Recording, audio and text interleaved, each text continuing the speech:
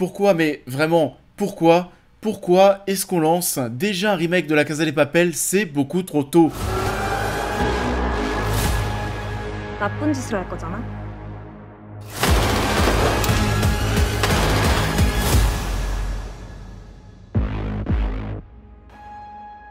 Bonjour à tous, j'espère que tout le monde va bien. On se retrouve en ce début de week-end, dans ce samedi matin, pour conclure cette semaine forte en actualité. Money Heist Korea, on en parle. Money Heist Korea saison 1 est disponible sur Netflix avec 6 premiers épisodes. Nous sommes ici dans une version coréenne de La Casa de Papel. Un génie du crime rassemble 8 voleurs afin d'organiser une prise d'otage dans la maison de la monnaie. Et du coup, oui, comme on était en train de l'évoquer, c'était quand même très bizarre, il y a eu zéro communication autour de l'arrivée de ce remake. On a appris l'existence de ce projet l'an passé, il est déjà là. On sait qu'il y aura aussi un spin-off sur le Berlin de La Casa de Papel espagnol qui devrait lui arriver l'année prochaine, en 2023, donc ça ne s'arrête pas. L'actualité La Casa de Papel ne s'arrête donc pas avec Netflix, mais vraiment, là ce qui est étonnant, c'est que ce Money Heist Korea, on n'en a pas du tout entendu parler. Vraiment, encore une fois, il y a eu zéro com. Même au niveau du projet de sa diffusion, je ne comprends rien. J'étais incapable, durant tout ce temps, de savoir combien est-ce qu'on allait avoir d'épisodes en ce vendredi. Je suis tombé sur des articles pas plus tard que cette semaine, c'est pas une blague, qui me disaient il y en aura 12, il y en aura 13, tout sera diffusé en ce vendredi 24. Résultat des courses, je me réveille ce vendredi et qu'est-ce qui se passe? On n'a que 6 épisodes. Mais vraiment, où est le reste? Je comprends pas pourquoi est-ce qu'il n'y a pas eu plus de communication, je comprends rien au niveau de la diffusion. La seule chose que je comprends, c'est le synopsis, les 2-3 petites choses qui vont être un petit peu différentes. Ici, on se retrouve donc en Corée, et en Corée tout court parce qu'on va avoir une unification des deux Corées. On aura donc une monnaie unique, on imagine que ça va être assez politique, et une des premières questions qu'on s'est posées, est-ce que ce remake va être un copier-coller de la version originale, ou alors est-ce qu'on va prendre quelques libertés, ce qui serait plutôt pas mal, vu que La Casa de Papel espagnole s'est terminée il y a très peu de temps. Et on va pas y aller par 4 chemins, c'est une énorme déception, on est sur un copier-coller, quelque chose de beaucoup trop fidèle. 최고액을 탈 거니까.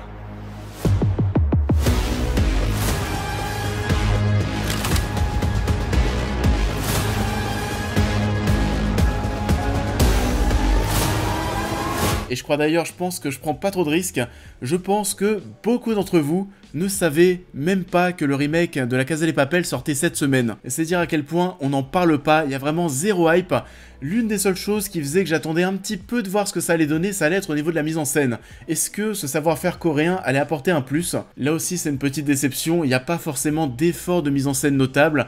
On a quelques visuels avant que le casse débute qui sont plutôt cool avec des couleurs très violettes, etc. Là tu peux te dire et tu peux même espérer le fait d'avoir quelque chose de différent d'un point de vue visuel, quelque chose de plus coloré, c'est pas forcément le cas. Dans la version espagnole on était peut-être un petit peu plus dans des tons grisâtres durant le casse.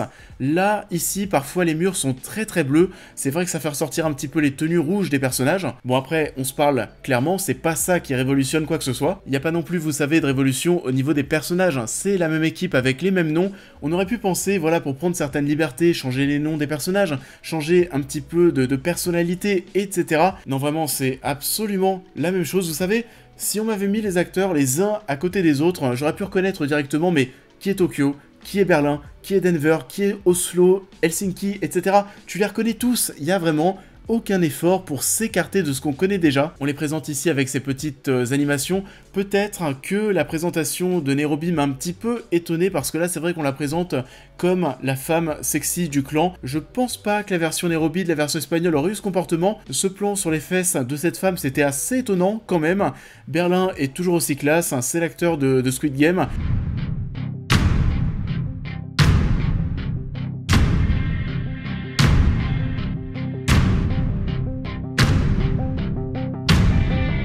Tokyo est toujours la narratrice, alors là je suis très content parce que c'est l'actrice d'un film que j'avais vraiment adoré, comment il s'appelait, Burning, c'était vraiment très bien.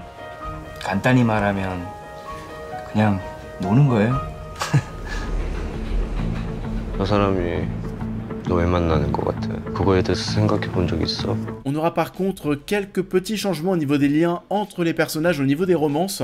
Ici, le professeur est directement, vous savez, en date avec la négociatrice de la police. Et ça aussi, ça révolutionne pas grand chose parce que c'est un arc scénaristique qui arrive un petit peu plus tard dans la version originale. On n'a pas fait non plus d'effort au niveau de l'endroit qui est à braquer. Ça va être la même chose, Une grande pièce centrale avec un escalier. Alors l'extérieur est assez différent, l'intérieur c'est quasiment pareil. De même, au niveau des tenues, on reprend ces costumes rouges et on n'en fait vraiment rien du tout. Les masques sont tellement moins iconiques. 북조선 출신은 오른쪽, 남조선 출신은 왼쪽으로 이동한다. 서로 잘못을 하면 그쪽이 벌을 받는 거지. Et on est cette fois-ci sur des épisodes qui sont quand même plus longs, qui durent 1 heure minimum, 1h10 en moyenne même, je dirais, c'est un petit peu long à mon sens. On n'a même pas besoin en fait de faire une partie spoilers, c'est la même chose en moins bien. Même le côté, vous savez, le côté politique, le côté anticapitaliste qui est assez propre parfois même au cinéma coréen, on pense notamment au cinéma de Bong Joon-ho. Et ce côté anticapitaliste, lutte des classes, je doute pas du fait qu'il va arriver. Pour l'instant, c'est un petit peu discret, et sinon voilà, on va retrouver des choses classiques, des choses cultes dans la Casa de Papel. Au niveau de la narration, le professeur qui a déjà tout prévu à l'avance, on suit le casse, on est directement plongé dans le casse très rapidement, puis ensuite, lorsqu'on se retrouve face à une barrière, petit flashback, et on voit que le professeur avait anticipé ça, et c'est ça constamment, comme dans la version originale. On va retrouver des plans qu'on connaît déjà, le tic du professeur avec ses lunettes. Pour l'instant, en tout cas dans ces 6 premiers épisodes, on n'est pas dans de l'action ultra con-con comme on avait dans les saisons 4 et 5 de la Casa de Papel originale. Là, on est comme au départ de l'autre version dans un jeu d'échecs. Je suis vraiment même pas sûr, vous allez me le dire en commentaire, mais je pense que ça va pas forcément vous intéresser.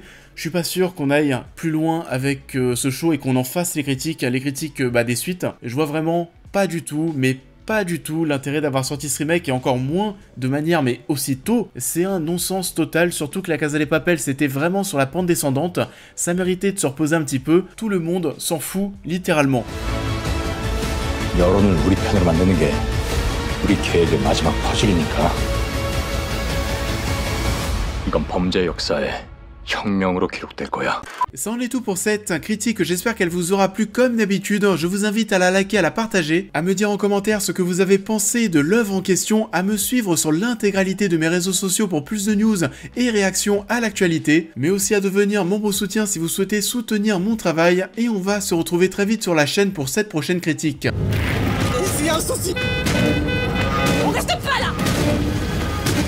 Rejoindre le monde des Minimoys. C'est le moment. Et on va donc se retrouver la semaine prochaine pour ce projet intriguant, ce mix entre Arthur et les Minimoys et un film d'horreur. On verra ce que ça donne, j'avoue que je suis pas très emballé, pas très confiant. On en parlera bien sûr sur la chaîne. En attendant, je vous souhaite à tous un excellent week-end et je vous dis à très vite.